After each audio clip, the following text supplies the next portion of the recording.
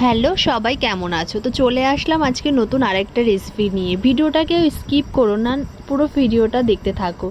এখানে আমি কিছুটা আতপ চাল নিয়ে নিয়েছি। আতপ চালটা আমি ভিজিয়ে রেখেছিলাম 1 ঘন্টা আগে। আর নিয়ে নিয়েছি দুটো সিদ্ধ করা আলু আর একটা টমেটো আর দুটো কাঁচা লঙ্কা দিয়ে এটা ভালো করে পেস্ট করে নিতে হবে।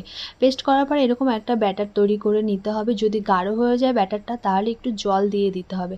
তারপর আমি এখানে দিয়ে দিলাম কিছু উপাদান। আমি দিয়ে দিলাম একটু গাজর কুচি আর একটু ধনেপাতা আর কিছুটা পেঁয়াজ কুচি।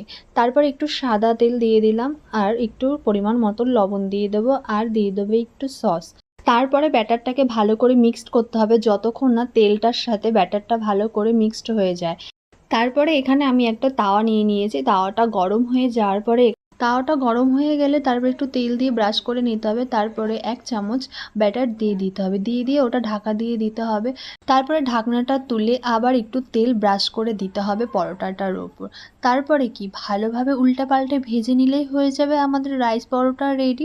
তো বন্ধুরা, এমন একটা খাবার যদি ব্রেকফাস্টে বা বিকেলের খাবারের মেনুতে থাকে তাহলে কেমন হয় বলো তো? ব্যাপারটা খুব জমেই যায়। পরোটাটা না খুব সফট হয়েছে, তো ছিললেই বুঝতে পারবে যে পরোটাটা কেমন সফট হয়েছে। এই দেখো দিদিভাই ছিঁড়ে তোমাদের দেখিয়েও দিচ্ছে পরোটাটা কেমন সফট হয়েছে। খেতেও কিন্তু খুব টেস্ট হয়েছে। ভিডিওটা এই পর্যন্ত। Like comment share.